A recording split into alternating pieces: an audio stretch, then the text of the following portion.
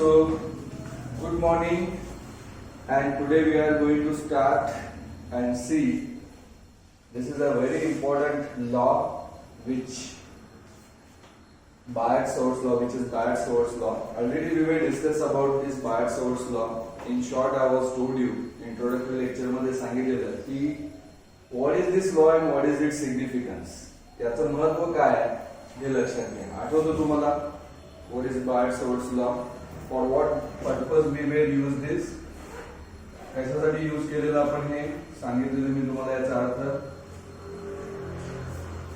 अगदी सुरुवातीचा पॉइंट आपण बघितलेला या टॉपिक मध्ये ओस्टेड एक्सपेरिमेंट, की ज्याच्यामध्ये तुम्हाला मी काय सांगितलेलं that he was observed that or found that experimentally a current passing conductor produces a magnetic field.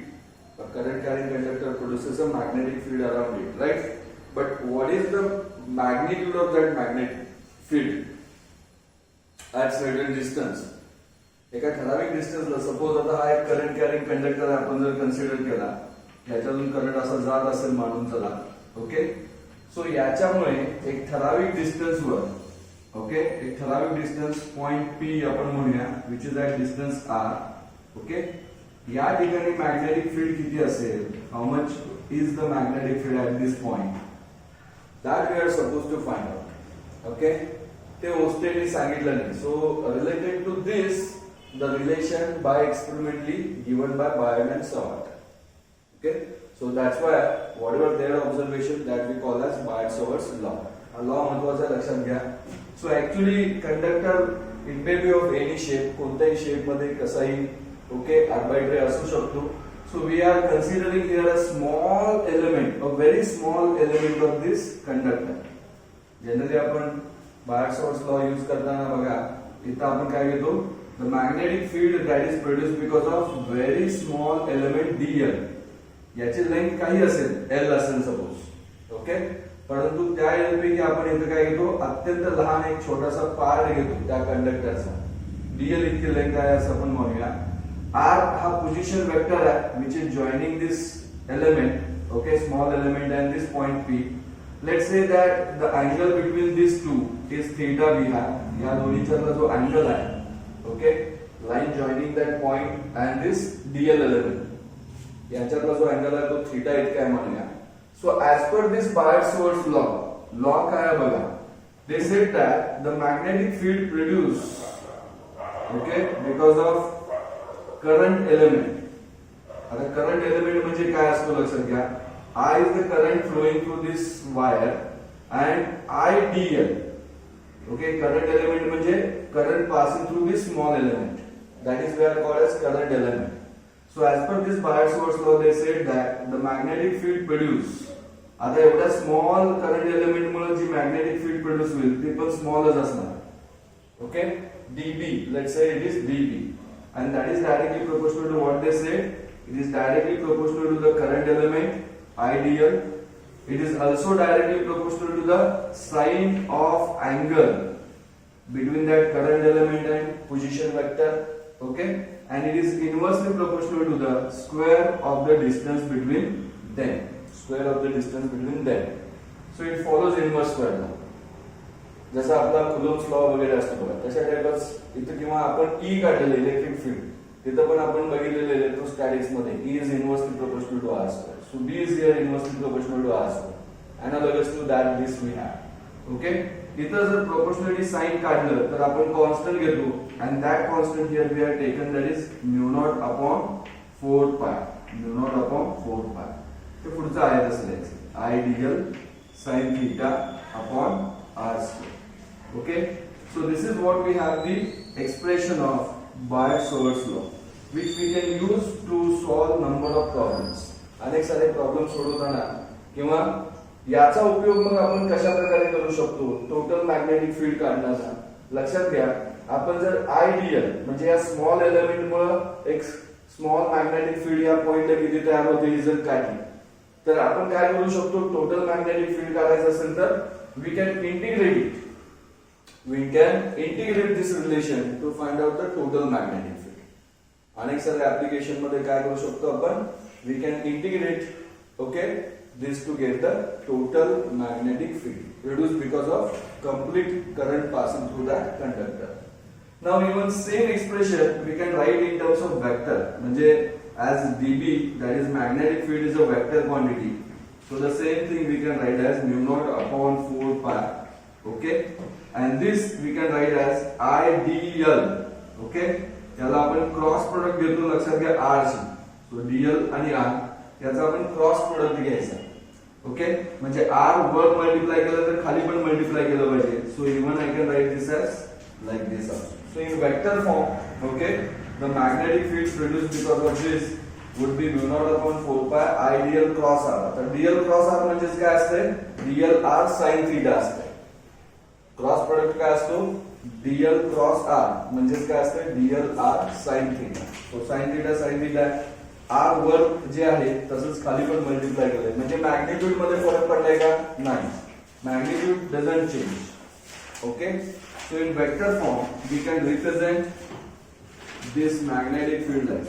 So in vector form, okay, you can represent the magnetic field like this. And how is the direction of magnetic field? And magnetic field ची direction कशी असते बघा.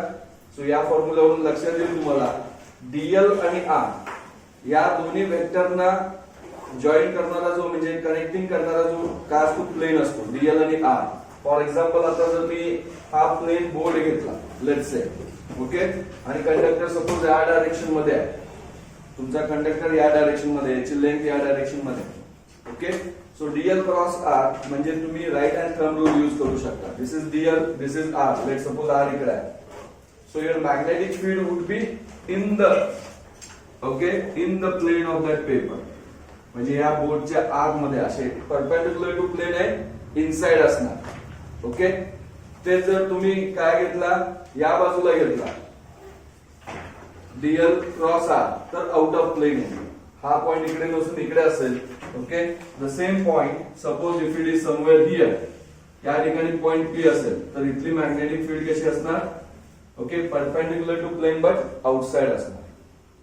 Okay, so this you need to understand. हे तुम्हाला इथं understand करून घ्यायचं आहे. So this is all about what we have Biot-Savart's law. Now using this Biot-Savart's law we are going to see some of its application. हा law use करून आपण याची काही ऍप्लिकेशन्स बघणार आहोत. So in that we are going to see first of all, okay, the first application that we want to find out magnetic field due to straight, okay, current carrying wire, straight current carrying wire or conductor, whatever you say. Okay, so here we are going to consider an infinite length current carrying wire, आणि त्याच्यामुळे त्याच्यातून जाणाऱ्या करंटमुळे magnetic field एका ठराविक distance वर किती असते ती तुम्हाला एक्झॅक्टली फाइंड आउट करायची. So for this purpose let me consider here a wire of certain length. Okay, so like this we have, this is a wire through which current I is passing. याच्यातून suppose I का current आपण pass करतोय through this particular wire. The current is passing like this, let's say. Okay, आणि याच्यापासून एक ठराविक अंतरावर, याच्यापासून या स्ट्रेट वायर पासून सपोज R इतक्या डिस्टन्स वर, okay, let's say this is capital R, you will see R इतक्या डिस्टन्स वर एक पॉइंट आहे, सपोज इथे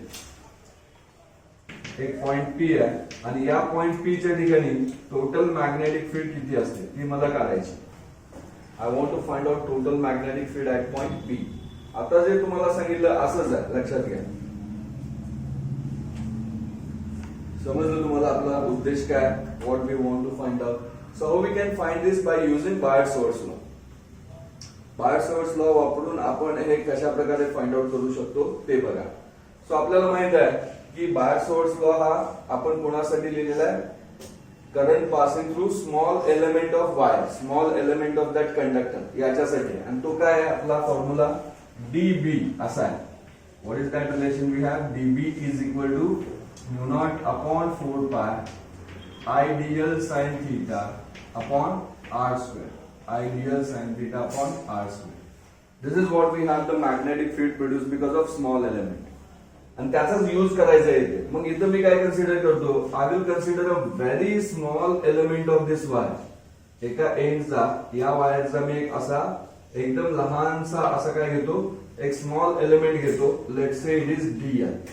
त्याची लेंथ किती आहे? डीएल. आणि त्याच्यातून पण करंट किती चाललाय? आय इतकाच चाललाय. म्हणजे तो करंट एलिमेंट काय झाला? आयडीएलच झाला. याच्यापासून okay, let's see from this particular current element, okay, this point P, let's say we have at distance R. Suppose या small element पासून हा जो point P आहे याचा अंतर किती आहे? R इतका असं आपण कन्सिडर करूया. Okay, now the angle made by this current element with this okay position vector. आता इकडे ऑब्विसली हा अँगल जर बघितला तर किती असणार आहे? सपोज हा थीटा असणार आहे. If that angle is theta, if I consider this angle is theta, so definitely this angle would be here. How much we can write? हा जर theta असेल तर हा 180 minus theta असणार, बरोबर आहे? Pi minus theta इतका असणार. And we know that sin of theta जो असतो बघा, तो इक्वल टू काय असतो? sin of pi minus theta इतकाच असतो, बरोबर आहे ना? याचा अर्थ काय? म्हणजे sin 30 आणि sin 150 एकच असतात, किंवा साइन 60 आणि साइन 180 यांच्या व्हॅल्यू एक असतात. त्या आपल्याला माहित आहे, that you should know. Okay, sine of theta आणि sine of pi minus theta हे सेमच असतात. ओके, म्हणजे इथं मी साइन थीटा याला म्हणू शकतो. ओके, या पॉइंटला मी काय म्हणू शकतो? साइन थीटा असं म्हणू शकतो. So this is equal to theta we can say. Fine. आणि हा तुमचा इथं राईट एंगल ट्रायंगल आहे. सो इथं मी या पॉइंटला, सेंटर पॉइंटला काय म्हणतो? ओ म्हणतो. दिस पॉइंट वी से पी, आणि याला काहीतरी नाव देऊया, जर याला क्यू म्हणतो. Let's say this point is Q. Okay, PO Q. Okay, ठीक आहे. सो आता ना इथे मला काय करायचं आहे, पहिला समजावून घ्या. सो हा स्मॉल करंट एलिमेंट आहे, याच्यामुळे पी या पॉइंटला मॅग्नेटिक फील्ड किती असेल त्याचं एक्सप्रेशन मला लिहायचं आहे. आणि ते expression same whatever I written over there that I can write. तेच एक्सप्रेशन मी इथे लिहू शकतो ना? समजतंय? ओके, जे बायट-सवर्ट्स लॉचं एक्सप्रेशन आहे ते एक्सप्रेशन मी या ठिकाणी लिहू शकतो. सो ऍट पॉइंट पी जी स्मॉल मॅग्नेटिक फील्ड डीबी इथे तयार होईल ती बायट-सवर्ट्स लॉ नुसार या करंट एलिमेंट मुळे इथे किती तयार होते हे मी इथं लिहिलेलं आहे. आता बघा, हा कम्प्लीट एक इन्फिनाइट लेंथचा स्ट्रेट कंडक्टर आहे. आता इन्फिनाइट लेंथ असं आपण जनरली का म्हणतो याचं कारण समजावून घ्या. याचं कारण एवढ्यासाठी म्हणतो कारण हा एलिमेंट जो आहे तो अत्यंत लहान एलिमेंट त्या कंडक्टरचा आपण घेतो. म्हणजे असे एलिमेंट त्या कंडक्टर मध्ये अनेक सारे असणार आहेत. Okay, so that number would be very much high, अगदी खूप जास्त असणार आहे. So that we can say its length as infinite. आता बघा, हे सेंटर पासून इथपर्यंतची जी लेंथ आहे त्याला आपण एल असं कन्सिडर करूया. Let us consider this length what we have, that is L. आणि जर बघितलं तर तुमच्या लक्षात येईल, इकडच्या बाजूला जसे एलिमेंट आपण तयार करणार ना या बाजूला, ओके, अगदी तशाच प्रकारे सिमेट्रिक या बाजूला पण एलिमेंट असणार आहे, करंट एलिमेंट. बरोबर आहे? मला काय म्हणायचं समजतंय का? बघा, अर्थ समजावून घ्या आणि मग तुम्ही वाटल्यास थोडंफार लिहून घ्या जे तुम्हाला लिहायचं. इकडे अनेक सारे करंट एलिमेंट आहेत, यांच्यामुळे जी मॅग्नेटिक फील्ड इथं असेल डीबी ती या फॉर्म्युल्याने आपण काढणार. ओके, जसं या बाजूला आहे तसं या बाजूला पण करंट एलिमेंट आहेत ना, सिमेट्रिक आहे. ओके, म्हणजे टोटल मॅग्नेटिक फील्ड या ठिकाणी जी असेल ती वरच्या आणि खालच्या या दोन्ही पार्टमुळे असणार आहे. म्हणजे टोटल मॅग्नेटिक फील्ड ज्यावेळी मी लिहिणार, लक्षात घ्या की टोटल मॅग्नेटिक फील्ड बी लिहिणार, that will be equal to, B काय लिहिणार, 2 टाइम्स डीबी. आता 2 टाइम्स ओनली डीबी लिहिणार नाही तर त्याला इंटिग्रेट करणार, पहिला ते करूया आणि मग लिहूया. Okay, let's do that first and then we will write. आता इथं बघा, तुम्ही साइन थीटा साठी काय लिहू शकता? इन ट्रायंगल, हा जो ट्रायंगल दिसतो, ट्रायंगल कोणता मी सांगितला? पीओक्यू. पीओक्यू या ट्रायंगल मध्ये जर तुम्ही हा 90 डिग्री आहे तर sine theta is equal to काय लिहिणार आपण? साइन थिटा म्हणजे opposite side upon hypotenuse, that is what we can write capital R by small R, capital R by small R. Okay. आणि त्याच्यानंतर परत याच ट्रायंगल मध्ये पायथागोरस नुसार हा स्मॉल आर जो आहे याची व्हॅल्यू काय येते बघा. स्मॉल आर साठी मी काय लिहू शकतो? Hypotenuse R, so R square is L square plus R square असणार. म्हणजे आर हा काय असणार तुमचा? आर हा काय असणार? एल स्क्वेअर प्लस आर स्क्वेअरचा रूट, बरोबर आहे का? स्मॉल आर साठी हे लिहू शकतो मी. ओके. किंवा इथंच आपण म्हणूया आर स्क्वेअर म्हणजे ऍक्च्युअली काय असते? L square plus R square. Okay. Here L square R square म्हणजे L square plus R square, इथं नुसता आर आहे म्हणजे त्याचा रूट. मग आता साइन थिटाची ही व्हॅल्यू आणि आर स्क्वेअरची ही व्हॅल्यू इथं जर पुट केलं तर magnetic field due to small element काय देणार बघा? म्यू नॉट अपॉन 4 पाय. समजतंय का बघा? IDL as it is that I write. Okay. आणि साइन थिटा साठी मला हे लिहायचं आहे म्हणजे इथं आर आणि हे L square plus R square raise to half असं आलं, रेस टू हाफ. आणि इथलं आर स्क्वेअर साठी काय लिहिलं आपण? L square plus R square. Do get how I write this? काय केलं समजलं तुम्हाला? बायट-सॉर्ट्स लॉ नुसार डीबी चा हा फॉर्म्युला, याच्यामध्ये फक्त काय केलं? जे मला इथं दिसतंय त्यामध्ये साइन थिटा ची व्हॅल्यू आर आणि एल च्या टर्म मधली ती लिहिली. आर आणि एल च्या टर्म मधली साइन थिटाची व्हॅल्यू, आर स्क्वेअर ची व्हॅल्यू एल आणि आर च्या टर्म मध्ये जी त्या डायग्राम मधून दिसते ती मी लिहिली. ओके. इथं व्हेरिएबल काय असणार आहे बघा? व्हेरिएबल तुमचा हा आर आणि इथलं एल हे व्हेरिएबल आहे, हे चेंज होणार आहे. म्हणजे हा डीएल इथं आहे, तो इथं घेतला तर आर ची व्हॅल्यू बदलणार, एल ची व्हॅल्यू बदलणार. सो दीज आर व्हेरिएबल, म्हणून मी त्या टर्म मध्ये लिहिलं ते. Okay. Now so again if you simplify this then I can write this magnetic field as equal to what? Mu naught upon 4 pi I D L into R divided by, हे दोन्ही bracket एकसारखे आहे. इथं race to half आहे, इथे काही नसते म्हणजे किती असते? 1. म्हणजे टोटल केलं तर काय येते बघा? ते L square plus R square raise to 3 by, L square plus R square raise to 3/2. इथपर्यंतचा पार्ट कळाला तुम्हाला? काय केलं, कसं काढलं? So this is the magnetic field, this is the magnetic field due to small current element. Okay. मला अजून simplify करायचं आहे. हे एका स्मॉल एलिमेंट मुळे आलं. कुठल्या? या इथल्या या. मला पूर्ण स्ट्रेट कंडक्टर मुळे काढायचं आहे. सो मला काय केलं पाहिजे?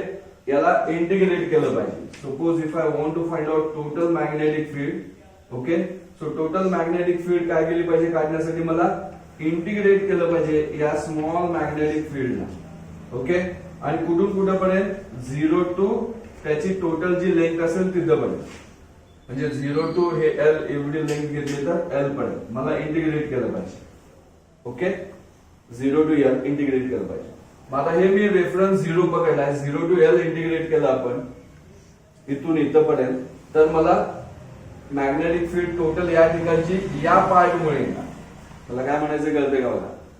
बरोबर आहे ना? याला रेफरन्स 0 पकडलं आणि इथून इथपर्यंत इंटिग्रेट केलं तर एवढ्या पार्ट मध्ये असणाऱ्या एलिमेंट मुळे टोटल मॅग्नेटिक फील्ड इथे किती आहे? ती येणार. पण तो हा कंडक्टर खाली पण आहे ना. ओके. आणि तो सिमेट्रिक आहे, खाली पण तेवढंच लेंथ आहे, तसंच आहे. आणि याच्यामुळे पण मॅग्नेटिक फील्ड त्याच डायरेक्शन मध्ये तयार होणार आहे ज्या डायरेक्शन मध्ये इथं, म्हणजे राईट हँड टर्न रूल नुसार. ओके. मॅग्नेटिक फील्डची डायरेक्शन इन साइड द प्लेनच असणार आहे इथं पण, यांच्यामुळे पण आणि यांच्यामुळे पण, म्हणजे एकाच डायरेक्शन मध्ये. म्हणजे टोटल मॅग्नेटिक फील्ड काय असणार आहे? हे 2 का आलं लक्षात घ्या इथं. Why we are written here 2 times integration of that magnetic field 0 to L. आता हे सिम्प्लिफाय करायचं आहे. This we need to simplify. So how we can simplify? Let's see that to this side.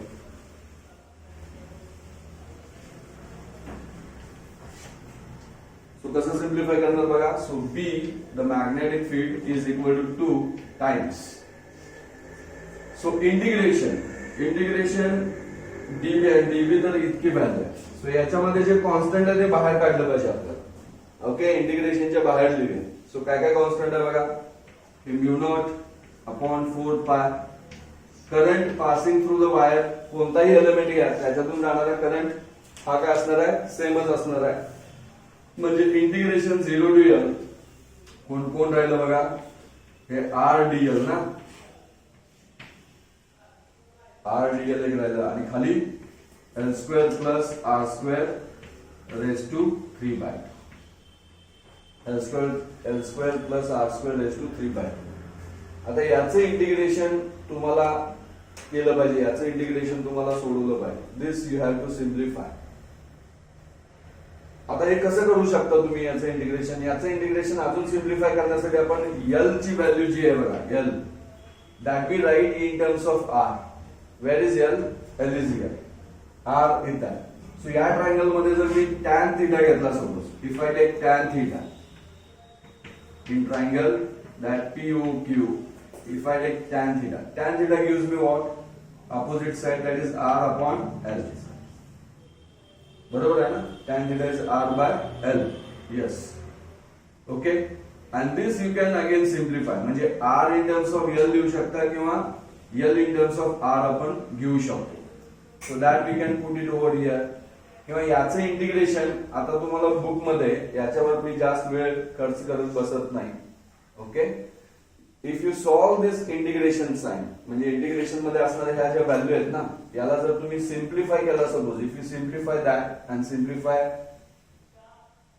So what is the answer of this you get. Even R is also constant here in numerator, so this R also I will take it common out, बाहेर काढू शकतो. R constant आहे तो बाहेर गेला. So integration फक्त DL upon याचंच राहिलं, लक्षात घ्या. आता याचं जे इंटिग्रेशन आहे, हे इंटिग्रेशन तुम्ही फ्री टाइम मध्ये सिम्प्लिफाय करा as a homework. You can do, how we can do this, you can write L in terms of R, that value you can put it here. आणि त्याच्यानंतर तुम्ही काय करू शकता, DL, L ची value जी येईल लक्षात घ्या, याच्यावरून L सपोज तुमचा काय आला, बरोबर आहे ना, R upon L. Yes, so L is R by tan theta. कसं घेतलंय बघा तुम्ही त्यानुसार. आणि त्याच्यानंतर मग DL केला, DL म्हणजे याचा डेरिव्हेटिव्ह घेतला, सो ते सोडवला तर तुम्हाला एक त्याची व्हॅल्यू येईल परत DL ची, ती व्हॅल्यू आणि परत यांच्या व्हॅल्यूज पट करून हे जर इंटिग्रेशन जे आहे बुक मध्ये तुम्हाला डायरेक्टली दिलेलं आहे याची व्हॅल्यू. ओके. तर तुम्ही देखील ते लक्षात ठेवा. परंतु मी तुम्हाला सजेस्ट करतो की तुम्ही हे स्वतः सिम्प्लिफाय करा. एक येलो बॉक्स मध्ये याचं सिम्प्लिफिकेशन दिलेलं आहे तुम्हाला. सो याचं इंटिग्रेशन केल्यानंतर याची व्हॅल्यू किती येते बघा, हे 2 to the 4 लिहूया आपण सुरुवातीला. सो म्यू नॉट अपॉन हे काय राहिलं, हे 2 पाय, पुढे हे IR आहे तसं, into after solving this integration we get the answer of that is 1 upon R². After solving that integration, how much is the value of that integration we get? 1 upon R². 1 upon R² असं solution येते बघा त्याचं. So therefore B is equal to, मग आता यातलं एक R, या दोन पैकी एक R शी कट झालं तर फायनली आन्सर काय येणार बघा, म्यू नॉट, इथं राहिलं काय I आणि खाली काय आलं बघा 2 पाय R. Okay. So mu naught I upon 2 पाय R. This is what we have. Okay. The total magnetic field due to current passing through the straight conductor. तुम्ही देखील हे अशाच प्रकारे सोडवू शकता एक्झाम मध्ये जर हे विचारलं तर. So this is what we have, the total magnetic field produced because of a straight current carrying conductor, mu naught I upon 2 पाय R. व्हेरी इम्पॉर्टंट रिलेशन, खूप महत्वाचं रिलेशन आहे, लक्षात घ्या. हे लक्षात ठेवायचं, विसरायचं नाही. स्ट्रेट कंडक्टर मुळे मॅग्नेटिक फील्ड R इतक्या डिस्टन्स वर किती असते, that you get by this relation, mu naught I by 2 पाय R. हे डिराइव्ह करता येईल तुम्हाला, कधी विचारलं तर हे तुम्हाला डिराइव्ह करता आलं पाहिजे. आणि हे तुम्ही ऍज अ होमवर्क करा. हे इंटिग्रेशन सोडवून 1 upon R² येते की नाही क्रॉस चेक करा. That you practice. म्हणजे मधल्या स्टेप पण एक्स्ट्रा तुम्ही लिहू शकता, but it becomes lengthy, so directly we are written here. मग तुम्हाला मॅग्नेटिक फील्ड कधीही काढायची झाली, suppose magnetic field any time it is asked to find out because of straight current carrying conductor, हा फॉर्म्युला वापरायचा, नॉट अपॉन 2 पाय.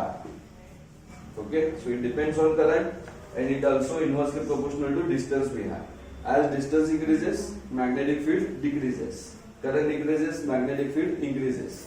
काही वेळा सेम फॉर्म्युला असं देखील लिहितात काही बुक मध्ये बघा, कारण मोस्टली आपण μ0/4π असं घेतो ना कॉन्स्टंट, पण तू हे जर घेतले तर 4 घेतलं तर वर पण 2 घ्यायला पाहिजे, 2I/r.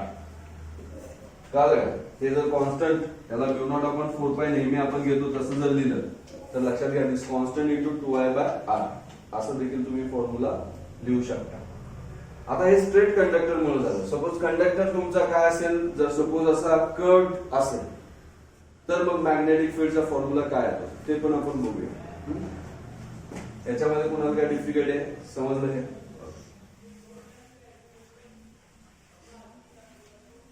सो बेसिकली बायट-सवर्ट्स लॉ वापरून ज्यावेळी तुम्हाला काय करायचं असते, मॅग्नेटिक फील्ड काढायची असते ना, त्यावेळी आपला बेसिक फॉर्म्युला हा जो आहे तो तर युज करायचाच, आणि परत ना त्याला इंटिग्रेट करायचं. लक्षात घ्या, you are suppose to integrate to find out the total magnetic field.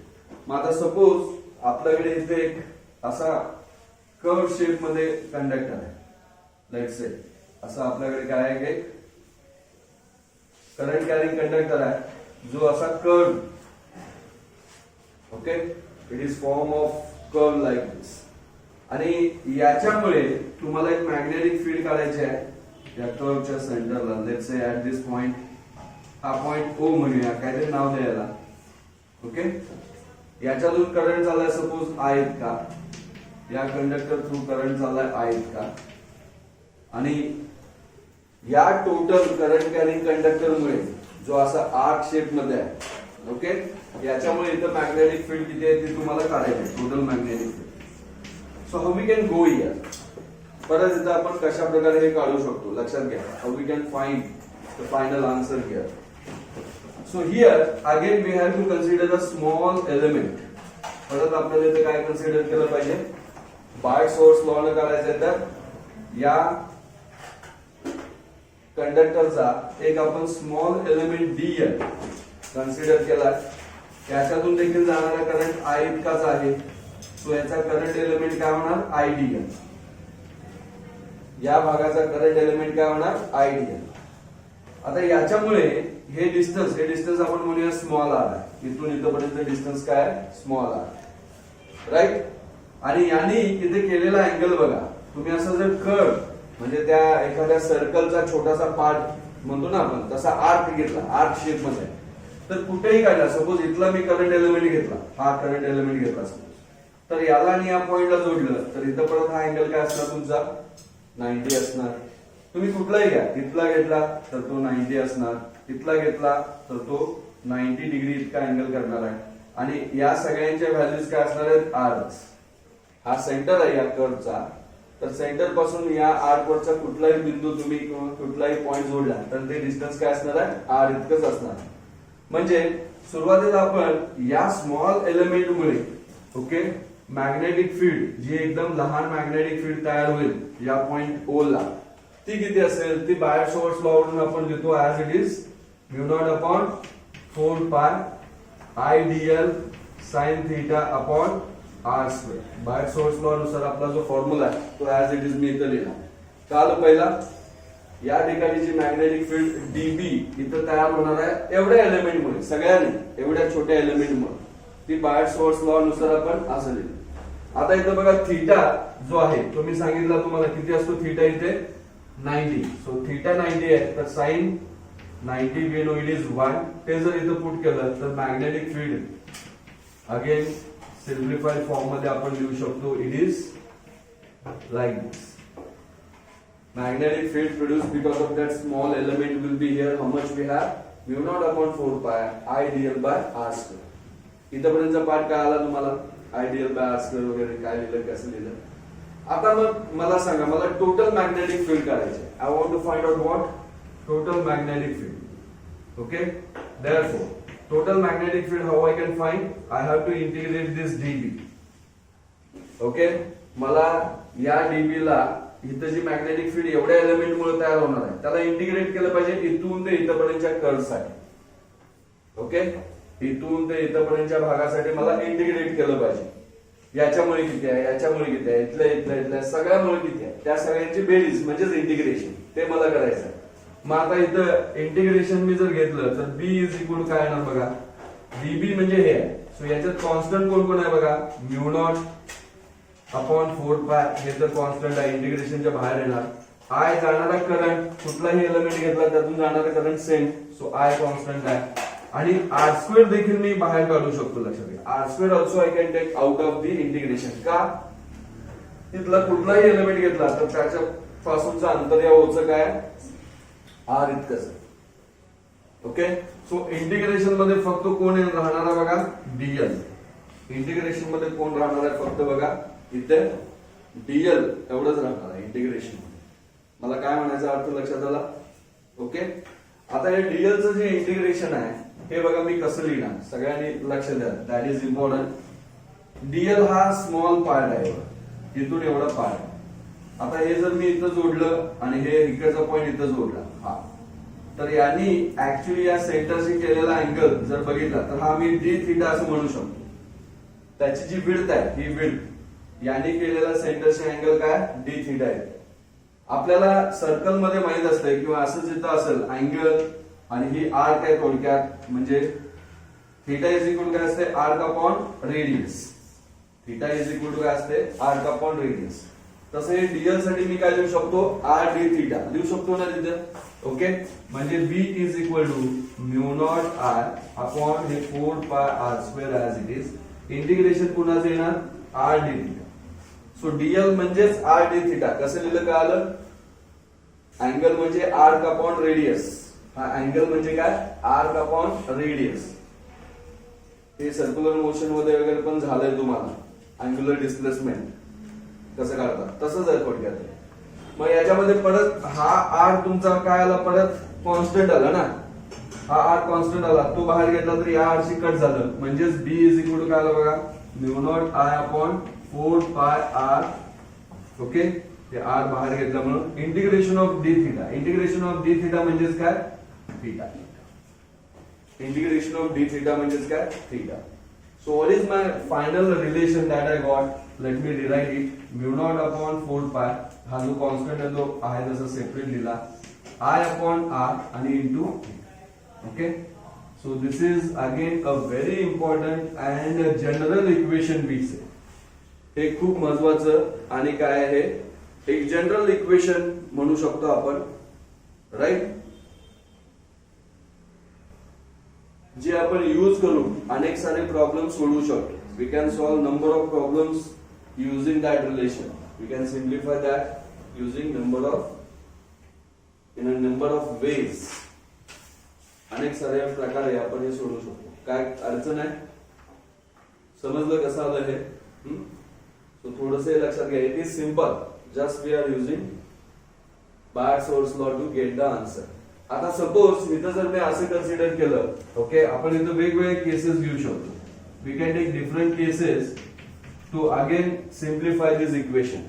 आणखीन सिम्प्लिफाय करू शकतो. म्हणजे कसं, सपोज तुमचा तो सर्क्युलर आर्क शेप मध्ये कंडक्टर आहे, तो जर सपोज एक्झॅक्टली सेमी सर्कल असेल, म्हणजे हाफ सर्कल असेल, ओके, राईट, आणि अशा सेमी सर्क्युलर कंडक्टरमुळे ज्याच्यातून आय इतका करंट चाललाय, याच्यामुळे ओ पॉइंटला मॅग्नेटिक फील्ड किती आहे ती तुम्हाला काढायची आहे सपोज, तर मी हा फॉर्म्युला डायरेक्टली घेऊ शकतो. ओके, म्हणजे इथं काय होणार बघा, बी ऍट पॉइंट ओ जो आहे तो इक्वल टू मी काय लिहिणार, mu naught upon 4 pi I upon R, जर आर याची रेडियस असं आपण कन्सिडर केली तर, ओके, इंटू थीटा. आता हा थीटा तुम्ही इथून इथपर्यंतचा थीटा लिहिणार टोटल. बघा थीटा इथं जो आपण लिहिलेला आहे तो काय, ऍक्च्युली हा इथून इथपर्यंतचा थीटा आहे, लक्षात घ्या, टोटल अँगल टोटल.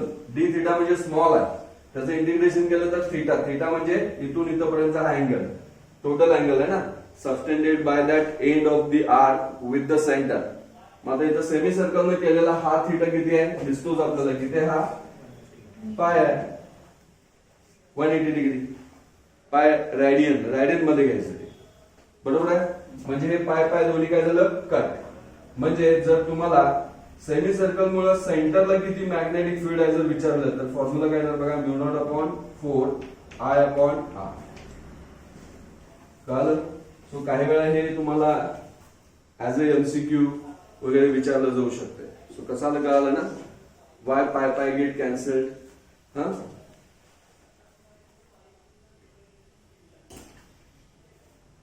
हे जर तुम्हाला असं विचारलं की हे सेमी सर्कल नसून सपोज ते पूर्ण सर्कल घेतला आपण, असं पूर्ण सर्कल घेतलं आणि त्या सर्कल मुळे सेंटरला किती मॅग्नेटिक फील्ड आहे विचार, म्हणजे तो जो कंडक्टर आहे तो इन फॉर्म ऑफ असं काय कंप्लीट सर्कल आहे आणि त्याच्यामुळे त्याच्या सेंटरला मॅग्नेटिक फील्ड किती आहे जर विचारलं तर किती येणार सांगा बघू. इथून सांगा तुम्ही, B is equal to how much we get here.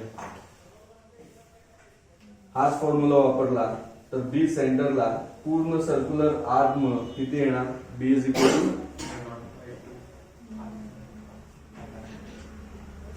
थीटाची value किती घेणार 2 पाय. ओके, पूर्ण सर्कल आहे तर थीटाची व्हॅल्यू किती घेणार 2 पाय. 2 पाय ने पाय पाय गेलं आणि 2 गेलं म्हणजे काय फॉर्म्युला येणार, mu naught I upon 2R. Okay, so at the centre of circle म्हणजे लूप म्हणा, current carrying loop, current carrying coil, circular coil, at the centre of current carrying coil काय येणार formula, B is equal to mu naught I by 2R. कसं आलं समजलं? So असे बरेच सारे प्रॉब्लेम्स तुम्ही सोडवू शकता कोणत्या फॉर्म मध्ये येते, म्हणून हा फॉर्म्युला ओके जनरल फॉर्म्युला महत्वाचा आहे, हा लक्षात असेल.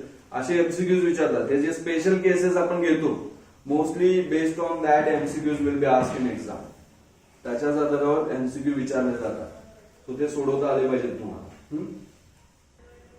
काल सो याच्यावर आधारित प्रॉब्लेम्स पण विचारतात आणि पुढे तुम्ही आपण अँपियर्स लॉ वरून पण सेम फॉर्म्युला परत डिराइव्ह करू शकतो, सोडवू शकतो. लक्षात, by using Ampere's law also we can able to get that.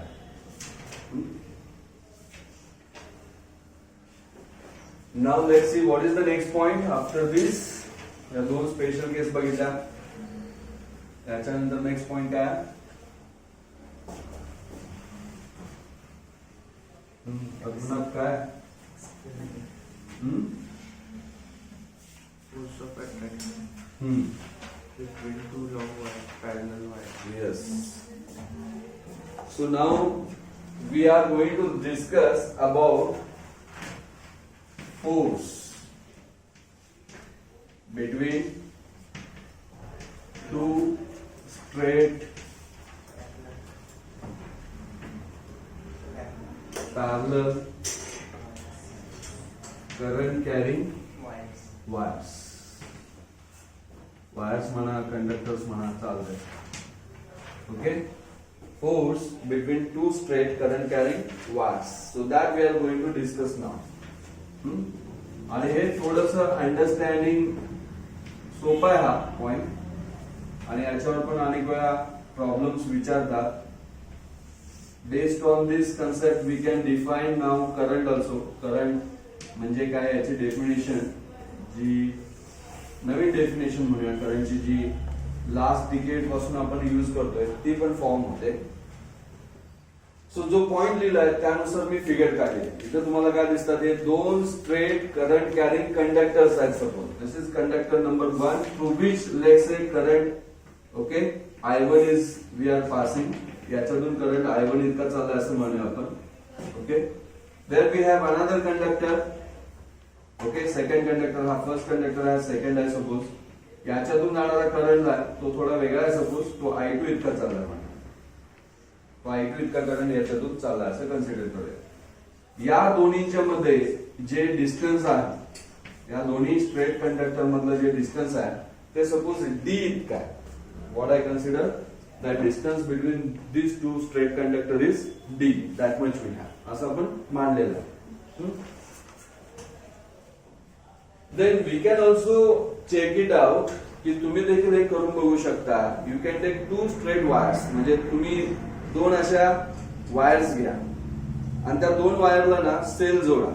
You can connect cell to those two wires एक सारख्या डायरेक्शन मध्ये, so that current passing through those two wires will be same in same direction. Then you find that these two conductors will be come close to each other. म्हणजे दोन straight conductor असे आहेत ना, याच्यातून current पाठवला एका direction मध्ये तर ते असे जवळ येतात, जरा असे जवळ येतात असे. ओके, मग आता जवळ का आले? Definitely there is a force between them. या दोन्हींना एकमेकाकडे ओढणारा काहीतरी फोर्स असला पाहिजे तर ते जवळ आले ना. आणि याच्या उलट काय करायचं, त्या दोन्हीपैकी एक जी बॅटरी आहे, एक सेल जो कनेक्ट केलाय एका वायरला, त्याला आता उलट टाकायचं. म्हणजे आता वायर मधून जाणारा करंट कसा असेल, एकातून इकडे चालला, एकातून इकडे चालला. Okay, parallel but in opposite direction. Then you find that this two conductors will go little bit away from each other. Automatically थोडेसे जरा लांब जाताना दिसतात. ओके, म्हणजे तिथं परत त्या दोघांच्यात फोर्स आहे, परंतु तो एकमेकाला काय करायला, त्या वायरना बाजूला ढकला, म्हणजे रिपल्सिव्ह फोर्स आहे. So when currents are in opposite direction pass through wires, you find that they repel each other. Or when currents are in same direction passing through two parallel wires, they get attract towards each other. म्हणजे त्यांच्यामध्ये एक force आहे, मग तो force नेमका किती आहे तो आपल्याला इथे डिराइव्ह करायचा. How much is force acting between those two parallel straight current carrying conductors? तो आपल्याला या ठिकाणी डिराइव्ह करायचा. सो कसं काढणार, विचार करा. का फोर्स ऍक्ट होणार ही पहिली गोष्ट आहे, ते थोडंसं विचार केलं की आपल्या लक्षात येईल. कसं बघा, आत्ताच आपण एक पॉइंट शिकलो. थोडा वेळ असं कन्सिडर करा की हा कंडक्टर जो आहे याच्यातून करंट जात नाही असं माना थोडा वेळ. ओके, फक्त याच कंडक्टर मधून करंट चाललाय पहिल्या, असं जर मानलं. हा स्ट्रेट करंट कॅरिंग कंडक्टर आहे, मग ह्याच्यातून करंट चालला तर याच्या भोवती काय तयार होणार आहे? ऑब्विसली मॅग्नेटिक फील्ड तयार होणार आहे, बरोबर आहे. याच्या भोवती around this a magnetic field would be produced. Okay, ही अशी मॅग्नेटिक फील्ड याच्या भोवती अशी तयार होणार. म्हणजे इथं पण मॅग्नेटिक फील्ड आहे ना. सो डी इतक्या डिस्टन्सवर हा जो कंडक्टर दुसरा मी ठेवलेला आहे, या ठिकाणी मॅग्नेटिक फील्ड नेमकी पहिल्या कंडक्टर मधून जाणाऱ्या करंट मुळे किती आहे ती मला लिहायची. सो किती लिहिणार सांगा बघू तुम्ही. पहिल्या कंडक्टर मधून जाणारा करंट I1 आहे आणि डी इतक्या अंतरावर मला मॅग्नेटिक फील्डचा फॉर्म्युला लिहायचा आहे. So B is equal to काय लिहिणार, आताच आपण डिस्कस केलं पहिलाच पॉइंट. किती लिहिणार? स्ट्रेट करंट कॅरिंग कंडक्टर मुळे मॅग्नेटिक फील्ड किती आहे आताच बघितलं की हो, एवढ्यात विसरला. हा,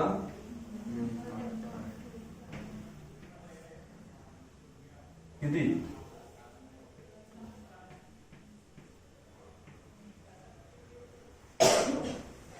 बरोबर आहे. Mu naught upon 2πI1. पहिल्या कंडक्टर मधून जाणारा करंट काय? I1 आहे, म्हणून मी काय लिहिलं? म्यू नॉट I1 अपॉन 2π आणि डी अंतर आपण आर घेतलेलं मगाशी एक्सप्रेशन डिराइव्ह करताना. इथं आता अंतर काय आहे? D. So what is my total magnetic field at this point? या पॉइंटला टोटल मॅग्नेटिक फील्ड किती असणार? स्ट्रेट करंट कॅरिंग कंडक्टर मुळे म्यू नॉट, याच्यातून जाणारा करंट काय? I1, म्हणून I1 अपॉन 2π, दोघांच्यातलं अंतर. ओके, म्हणून 2π. का आलं तुम्हाला? सो हा फॉर्म्युला माहित पाहिजे, आता सांगितलं तुम्हाला. सो इतकी मॅग्नेटिक फील्ड इथं तयार होणार. आता विचार करा की इथं मॅग्नेटिक फील्ड इतकी तयार झाली, त्याला आपण B1 म्हटलं, बरोबर आहे. आणि या मॅग्नेटिक फील्ड मध्ये आता हा दुसरा स्ट्रेट करंट कॅरिंग कंडक्टर आहे. मॅग्नेटिक फील्ड जी पहिल्यामुळे प्रोड्यूस झाली त्याच्यामध्ये मी कुणाला ठेवलेला आहे? ह्या स्ट्रेट सेकंड कंडक्टरला, ज्याच्यातून करंट चाललाय. म्हणजे याच्यावर काय होणार? कालच पॉइंट बघितला आपण. A current carrying conductor placed in a magnetic field, then what happens on it? जर एखादा कंडक्टर तुम्ही मॅग्नेटिक फील्ड मध्ये ठेवला आणि त्याच्यातून जर करंट जात असेल तर डेफिनेटली त्याच्यावर काय होणार? फोर्स ऍक्ट होणार. Force, we know that force will act on this second conductor. या सेकंड कंडक्टरवर फोर्स ऍक्ट होणार, बरोबर ना. आणि तो किती ऍक्ट होतो आपल्याला माहित आहे, त्याचा फॉर्म्युला काय? How much force that act on this conductor? BIL. BIL sin theta. लक्षात ठेवायला सांगितलं तुम्हाला. किती फोर्स ऍक्ट होतो करंट कॅरिंग कंडक्टरवर? BIL इतका. L सपोज याची लेंथ आहे, इफेक्टिव्ह लेंथ. Okay, I2. आता याच्यातून जाणारा करंट किती आहे? I2. तो करंट घेतला पाहिजे ना, याच्यातून जाणारा करंट. आणि हा कोणत्या मॅग्नेटिक फील्ड मध्ये आहे?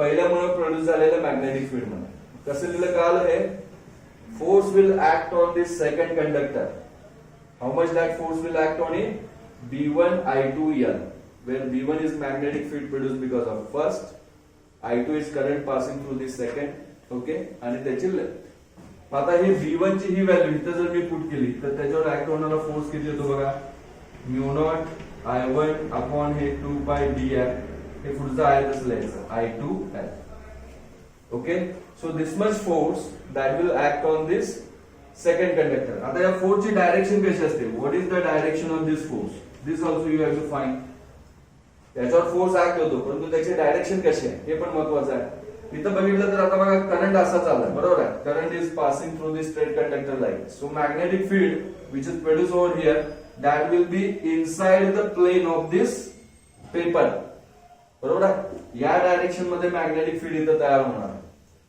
बरोबर आहे so this is the direction of magnetic field current कसा चाललाय याच्यातून वर चाललाय तर जो फोर्स ऍक्ट होणार आहे त्याच्यावर त्याची डायरेक्शन आपल्याला कशाने मिळते direction of that we get by Fleming's left hand rule so see the Fleming's left hand rule once again in what which direction it acts Fleming's left hand rule कसं सांगितलेलं लक्षात ठेवायचं stretch the thumb index finger middle finger so that they are perpendicular to each other okay आणि direction कोण कुठली finger कुठलं direction दाखवते कसं लक्षात ठेवायचं FBI असं लक्षात ठेवायला सांगितलं तुम्हाला FBI ओके मग आता बी ची डायरेक्शन हा दाखवतो इंडेक्स फिंगर तर B inside in the plane आहे ओके सो बी असा आहे करंट कसा बघा वर चाललाय म्हणजे करंट कसं चाललाय असं चाललंय तुम्ही हात असं करणार okay so this middle finger indicate direction of current this indicate the B so force F2 कोणत्या डायरेक्शन मध्ये असणार कळलं तुम्हाला how F2 force acting okay so याच्यावर फोर्स हा अंगठा इकडे आहे ना म्हणजे याच्या बाजूला ऍक्ट होणार या बाजूला simple okay so as per this Fleming's left hand rule this force will act to the left so हे लक्षात तुम्हाला पण काढता आलं पाहिजे सांगता आलं पाहिजे so this much is the force acting on second conductor इथपर्यंतचा पार्ट कळाला तुम्हाला ओके आता तुम्ही याच्या व्हाईस वरचा विचार करा म्हणजे उलटा विचार करा की आता सपोज हा कंडक्टर जो आहे याचा पहिला विचार करा हा थोडा वेळ विसरा पहिला राईट आता मग या सेकंड मधून जाणारा करंट जो I2 आहे त्याच्यामुळे पण डी इतक्या अंतरावर मॅग्नेटिक फील्ड तयार होणार इथं बरोबर आहे याच्यातून गेलेल्या करंट मुळे पण इथं मॅग्नेटिक फील्ड B2 म्हणूया ती तयार होणार ना मग ती किती असणार B2 okay will be equal to mu naught I2 upon 2 pi बरोबर आहे म्यू नॉट I2 अपॉन 2 पाय फक्त करंटचा I1 च्या ऐवजी I2 येणार इतकी मॅग्नेटिक फील्ड इथं तयार होणार ना या पॉइंटला याच्यातून गेलेले करंटमुळे इथं तयार झाले आता त्या मॅग्नेटिक फील्ड मध्ये हा कंडक्टर ठेवलाय आणि याच्या थ्रू आपण करंट I1 पाठवला तर याच्यावर पण फोर्स ऍक्ट होणार कारण आता हा कंडक्टर B2 मॅग्नेटिक फील्ड मध्ये आहे आणि ह्याच्यातून करंट चाललाय तर याच्यावर पण फोर्स ऍक्ट होणार सो त्याला आपण F1 म्हणूया आणि तो फोर्स किती असणार आहे B2 I1L इतका असणार बरोबर आहे ना ओके परत बिल हाच फॉर्म्युला इथं मॅग्नेटिक फील्ड B2 आहे याच्यातून जाणारा करंट I1 आहे आणि L बिल मग याच्यात B2 ची व्हॅल्यू पुट केलं तर F1 force acting on first conductor काय ते बघा म्यू नॉट I2 अपॉन हे 2 पाय D आणि पुढचं हे I1 आणि L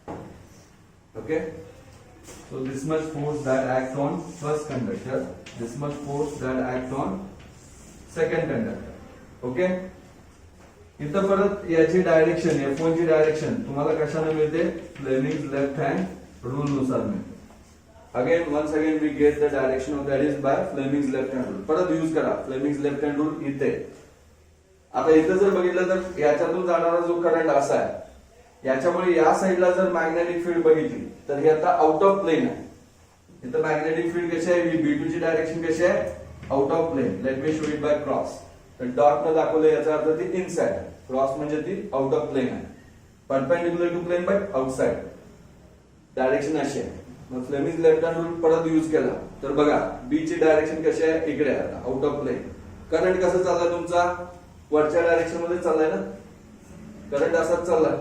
मॅग्नेटिक फील्डची डायरेक्शन तुमची कशी आहे, आउटसाइड द प्लेन आहे. ती मॅग्नेटिक फील्डची डायरेक्शन ही करंटची डायरेक्शन, म्हणजे फोर्स इकडे ऍक्ट होणार ना, या कंडक्टरवर फोर्स कुठे ऍक्ट होणार, या बाजूला ऍक्ट होणार ना, F1. म्हणून ते दोन्ही एकमेकाकडे येतात, लक्षात घ्या. Why they okay attract each other. Okay, so आता हे दोन्ही फोर्सचे जर मॅग्निट्यूड बघितलं तुम्ही, बघा दोन्ही फोर्सचे मॅग्निट्यूड बघितलं F1 F2 चे, काय दिसतंय, सेमच आहे. Mu naught I1 I2 L upon 2 pi d, mu naught I2 I1 L by 2 pi D, both R same. परंतु दोन्हीचे डायरेक्शन काय आहेत, एकमेकाच्या अपोजिट आहे. So from this to okay I can conclude that F1 is equal to F2, but if I consider their directions, they are opposite. So they are mutual force.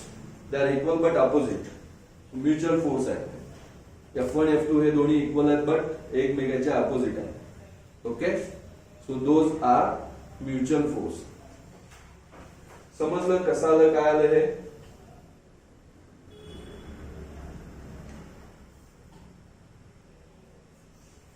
Yes, all of you understood? So F1 is equal to F2, but they are opposite in direction. Now, by this, again you see you can able to find out force per unit length. Okay, हा total force झाला, but many times it is asked to calculate the force per unit length. So what we can do here, this L, which is on the right side, that we can take it to left side. So force per unit length, how much it becomes there? This mu naught I1 I2 upon 2 pi d. Okay, what is the value of force per unit length we got there? Mu naught I1 I2 by 2 pi d. And this again you can further simplify for force per unit length.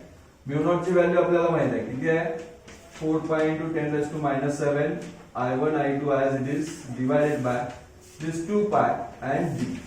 So this pi will get cancelled, 2 2s are, so what do we get, 2 into 10 raised to minus 7 I1 I2 by d. Okay, this is the force per unit length. More simplified relation that we get here, force per unit length जर विचारला असेल तर त्याची value किती येते, 2 into 10 raised to minus 7 I1 I2 by d.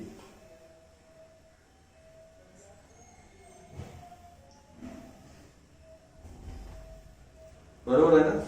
So we can simplify like this and we can get the value of force per unit length in this manner. Here, okay, here by this relation again you can define the current. बघा, या फॉर्म्युलावरून अलीकडे आपण करंटला define करतो. We can define current generally we define as a rate of flow of charge. Okay, current normally आपण define कसे करतो की करंट म्हणजे number of electrons flowing per unit time. Okay, rate of flow of charge किंवा number of electrons flowing per unit time. By this way we can define current. परंतु या relation वरून आपण करंट कसे डिफाइन करणार बघा. So current, okay, this I1 I2 will be 1. हे I1 आणि I2 हे दोन्ही इक्वल आणि इक्वल टू 1 जर असतील, I1 I2, आणि ते दोन्ही कंडक्टर जे आपण कन्सिडर केले यांच्यातलं डिस्टन्स जे आहे ते सपोज डिस्टन्स जर काय असेल 1 मीटर असेल. बघा, करंट दोन्हीतून जाणारे जर 1 एम्पियर इतके आहे, डिस्टन्स दोन्ही कंडक्टर मधलं 1 मीटर आहे, तर तो फोर्स पर युनिट लेंथ जो आहे त्या दोन कंडक्टर मध्ये ऍक्ट होणार तो काय येणार, 2 into 10 raised to minus 7 newton per metre येणार ना. ओके, आलं गेट माय पॉइंट. कळलं. जर मी I1 I2 1 घेतलं, D1 घेतलं, हे 1 1 1 झालं म्हणजे हे गेलं, म्हणजे force per unit length is equal to येणार, 2 into 10 raised to minus 7 newton per metre येणार. ही जी कंडिशन आहे ना, याच्यावरून तुम्ही करंटला डिफाइन करू शकता. By this we can define what we mean by the current. So current is, I can define here as current passing through the two straight parallel conductor is said to be 1 ampere when the force per unit length between them is 2 into 10 raised to minus 7 Newton per meter.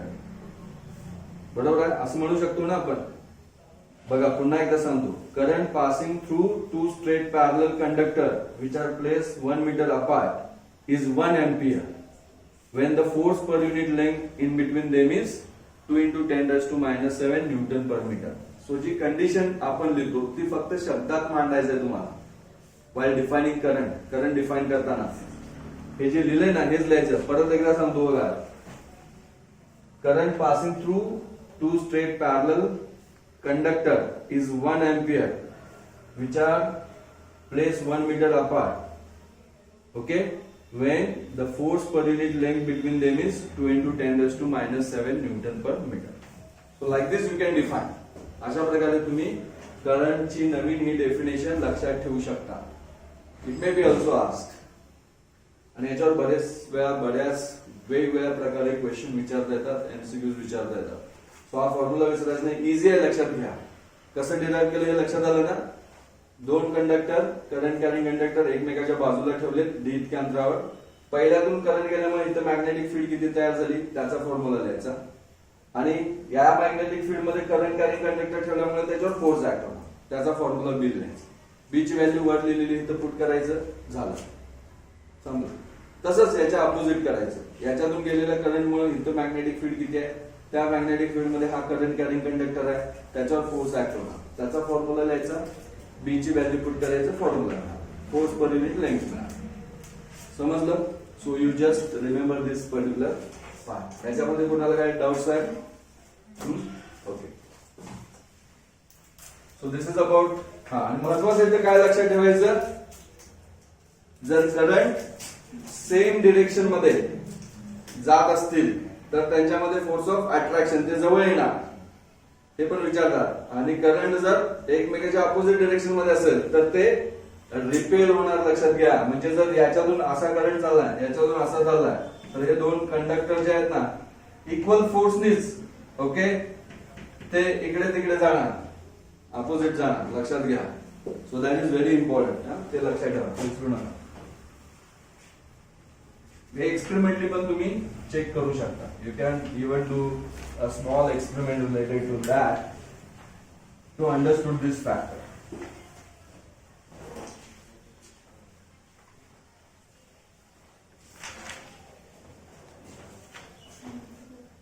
Then next point what we have, the magnetic field. Kya next point? Axial magnetic field produces the current in circular loop. Axial magnetic field due to current carrying coil. Axial magnetic field due to current carrying coil, current carrying circular coil कशी असेल. Okay, so here you see we can draw the figure. बघा मी आता दोन प्रकारे figure काढू शकतो ही.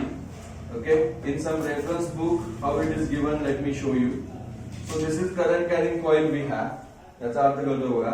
आणि याचा ऍक्सिस जो आहे या करंट कॅरिंग कॉइलचा तो असा असणार, बरोबर आहे, लाईक दिस. ओके, हा सेंटर आहे सपोज. सो ऍक्सियल पॉइंट म्हणजे या ऍक्सिस वरचा कुठलाही पॉइंट, इथला इथला इथला इथला कुठलाही पॉइंट घ्या. So I take here one point P over here. So या पॉइंट पी ला मॅग्नेटिक फील्ड ओके या कॉइल मधून जाणाऱ्या करंट मुळे किती असेल. सपोज या कॉइल थ्रू जाणारा करंट हा इतका आहे. ओके, हा इतका करंट याच्यातून चाललाय असा, तर याच्यामुळे या पॉइंटला मॅग्नेटिक फील्ड किती असेल ती तुम्हाला काढायची. That we want to find out. So either you draw like this or in our book, okay, I think it is given a horizontal coil like this, circular coil असे दिलेले आहे. So याचा आता ऍक्सिस कुठला होणार, हा, बरोबर आहे. सो सेम फिगर तुम्ही थोडी अशी टर्न केला by 90 degree. If you turn it will become like this. आणि या पॉइंट पी ला तुम्हाला काय करायचे, मॅग्नेटिक फील्ड काढायचे due to this current passing through this coil. So same thing, दोन्हीचा अर्थ तोच आहे. असं करा, असं करा. काही बुक मध्ये अशी फिगर दिली, काही बुक मध्ये अशी. But as what will be the figure, the way that is given in our book, we can follow that. ते आपण फॉलो करायचं आहे. So let me follow this figure. Let me use this figure. फक्त मुद्दाम सांगितलं तुम्हाला काय अर्थ आहे, मिनिंग लक्षात. कसं काढणार, how we can find magnetic field at point P at this point. Okay, let's say it is at distance R B, हा आर इतक्या डिस्टन्सवर आहे असं आपण जर कन्सिडर केलं त्याला. Okay, so how we can find this. इथे कसं फाइंड आउट करणार सांगा बघू. येस, बेसिकली इथे काही महत्वाच्या गोष्टी कळणं गरजेचं आहे, त्या मी तुम्हाला पहिला एक्सप्लेन करतो आणि याचं मग परत डेरिव्हेशन जे आहे ते डिटेलमध्ये आपण संध्याकाळच्या लेक्चरमध्ये घेऊया. याची आयडिया फक्त कळणं गरजेचं आहे, ते पहिला समजते का बघा. सो इथं पण मला बायक्स लॉ वापरून काय करायचंय, मॅग्नेटिक फील्ड काढायची आहे या पॉइंट पी ला. तर परत मी काय कन्सिडर करणार, इथे एक स्मॉल एलिमेंट कन्सिडर करणार या करंट कॅरिंग कॉइलचा, बरोबर आहे. डीएल इतका स्मॉल एलिमेंट मी कन्सिडर केला. सपोज या कॉइलची रेडियस सपोज मी आर इतके आहे म्हणलं, ओ सेंटर आहे. डीएल हा एक स्मॉल एलिमेंट घेतला ज्यातून करंट आय सेमच चालाय सगळ्यातून. सो याच्यामुळे या पॉइंट पी च्या ठिकाणी जी मॅग्नेटिक फील्ड तयार होईल ती किती तयार होईल आणि ते कोणत्या डायरेक्शन मध्ये असेल, या माझ्या दोन काय पहिल्या माझे हे दोन पहिले क्वेश्चन आपल्या डोळ्यासमोर आले पाहिजे की how much is the magnetic field that is produce over here. इथे मॅग्नेटिक फील्ड किती तयार होत असली पाहिजे आणि मग त्याची डायरेक्शन काय असली पाहिजे. सो किती तयार होत असली पाहिजे ती ऑफकोर्स याच्यामुळे जी तयार होणार ती डीबी स्मॉल एलिमेंट मुळे तयार होणारे डीबी इतके आहे, परंतु त्याची डायरेक्शन कशी असणार आहे, परपेंडिक्युलर टू दिस एलिमेंट. याला परपेंडिक्युलर म्हणजे या डायरेक्शन मध्ये असणार, perpendicular to this R and this dl आणि ह्या कनेक्टिंग जो पोझिशन वेक्टर आहे या दोघांना जॉईन करणार आहे. कारण बघा समजतंय का, बघा 3 डायमेन्शनली विचार करा. हे असं आहे, डीएल तुमचा असा आहे, कळतंय, डीएल हा असा आहे आणि हे इथं पॉइंटला काढायचं. सपोज तुम्हाला या पॉइंटला तुम्हाला मॅग्नेटिक फील्ड काढायचे जे डायग्राम मध्ये दाखवले त्यानुसार, कळतंय का बघा. सो डीएल आणि हे या दोघांना नॉर्मल म्हणजे या डायरेक्शन मध्ये तुमचं काय असणार आहे, मॅग्नेटिक फील्ड असणार आहे डीबी, काल या डायरेक्शन मध्ये असणार आहे. आता यालाच एक्सटेंड केलं तर हे बघा पुढं असं आणि या वेक्टरला एक्सटेंड केलं तर इथं जो तुमचा अँगल असणार आहे हा तुमचा काय असणार आहे, थीटा.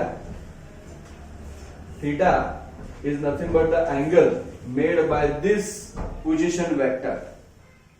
या पोझिशन वेक्टरने केलेला अँगल थीटा इतका मांडलं. मग आता या डीबी ला आपण काय करणार ना, दोन कॉम्पोनंट मध्ये डीबी ला काय करणार, दोन कॉम्पोनंट मध्ये रिझॉल्व्ह करणार. कुठले कॉम्पोनंट येणार त्याचे, कारण डीबी म्हणजे मॅग्नेटिक फील्ड ही वेक्टर क्वांटिटी आहे. दोन कॉम्पोनंट कोणते येणार त्याचे, डीबी इथं काय येणार, इथं काय येणार सांगा, इथं काय येणार डीबी कॉस थिटा. ज्याच्याशी अँगल असतो तो कॉस थिटा कॉम्पोनंट असतो, ज्याच्याशी नसतो तो साइन थिटा. इथपर्यंत पार्ट कळाला तुम्हाला. ओके, आता हे मी काय केलं बघा, हे जे दाखवलेलं आहे हे कोणामुळे दाखवलेलं आहे, ते कोणामुळे दाखवलेलं आहे, by very small current element of this circular current carrying coil, याच्यामुळे दाखवलंय, बरोबर आहे. आता याच्या अपोजिट जर मी घेतला सपोज एखादा पॉईंट, याच्या बरोबर डायमेट्रिकली अपोजिट इथला करंट एलिमेंट घेतला सपोज, इथला पहिला समजावून घ्या, डेरिव्हेशन आपण बघूया परत. याच्या बरोबर डायमेट्रिकली अपोजिट हा पॉइंट घेतला, याच्यामुळे इथं आता हे डिस्टन्स सेमच असणार आहे ऑफकोर्स, बरोबर आहे. याच्या डायमेट्रिकली अपोजिट पॉइंट आहे. सो इथं जी मॅग्नेटिक फील्ड या एलिमेंट मुळे त्याची डायरेक्शन कशी असणार, इकडे असणार ना, बरोबर आहे. त्यांनी केलेला अँगल या बाजूला डी थीटा असणार, म्हणजे परत याचा कॉम्पोनंट परत काय येणार, इकडच्या बाजूला डीबी कॉस थिटा येणार आणि या बाजूला काय येणार, डीबी साइन थिटा. समजतंय.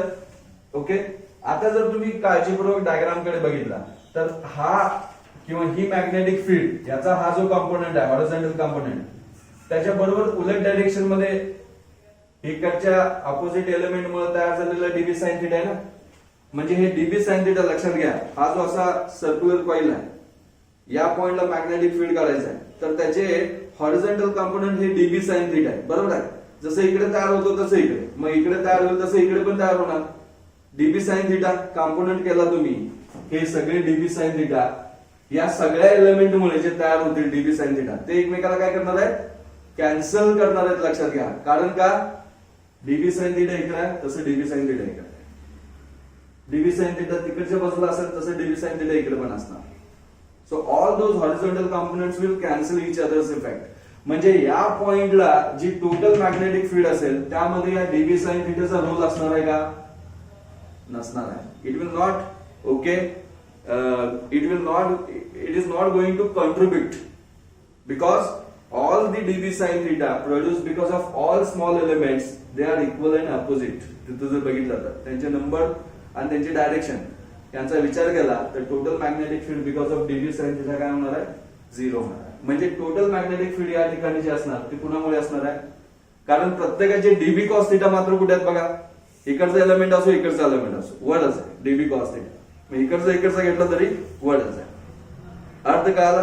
म्हणजे मला जर टोटल मॅग्नेटिक फील्ड काढायची असेल या पॉइंट पी ला, ओके, या पॉइंट पी ला, तर मला डीबी कॉस थिटा या सगळ्या एलिमेंट मुळे जे येतात त्यांचं काय केलं पाहिजे?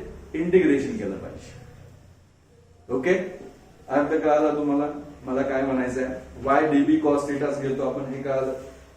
मग हेच आणि हाच याच रिलेशन जे आहे ते डिटेल मध्ये आपण संध्याकाळच्या लेक्चर मध्ये डिस्कस करूया.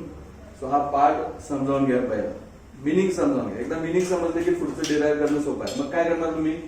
फक्त इथं डीबीची व्हॅल्यू पहिला काढणार ना. बार्ट्स वर्स लॉ वापरून काय करणार मी? डीबीची व्हॅल्यू काढणार आणि त्याच्यानंतर फक्त डीबी कॉस थिटाच कॉम्पोनंट घेणार. कॉस थिटाची व्हॅल्यू आणि डीबी पुट करणार, इंटिग्रेट करणार, जे येईल ते माझं आन्सर. ओके, सो एक जनरल एक्सप्रेशन येईल आणि त्याला परत मग तुम्ही काय करू शकता? त्याच्या वेगवेगळ्या केसेस लिहू शकता. तो पार्ट आपण संध्याकाळी बघूया. हा, सो आता जे आपण डिस्कस केलं एक 3-4 पॉइंट्स, हा, ते परत एकदा व्यवस्थित वाचा, समजावून घ्या आणि त्याच्या रिलेटेड काही सॉल्ड एक्झाम्पल पण असतील तर ते सोडवा. काल मी एक सांगितलेलं तुम्हाला एक सॉल्ड एक्झाम्पल 2nd नंबरचं सोडवला. प्रोजेक्शन ऑफ चार्ज पार्टिकलचं होतं. सोडवलं का ते? त्याच्या अगोदर पण एक दोन होते सॉल्ड एक्झाम्पल्स. ते सोडवले नसतील तर ऍटलिस्ट ते सोडवा बघा. लक्षात येईल तुम्हाला. डायरेक्शन ऑफ मॅग्नेटिक फील्ड कशी असते ते लक्षात येईल त्या प्रॉब्लेम वरून पहिल्या. आणि सेकंड जो आहे त्याच्यामध्ये तुम्हाला force acting on charge particle तो पार्ट जो आहे आपण डिस्कस केलेला तो व्यवस्थित करा. So you solve that. If you are not solve it, okay, solve that. ठीक आहे.